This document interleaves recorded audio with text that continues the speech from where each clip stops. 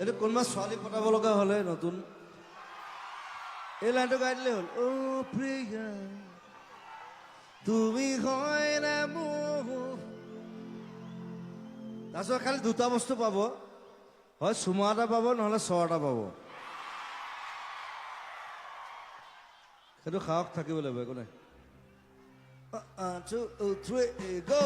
oh Priya তুমি হয়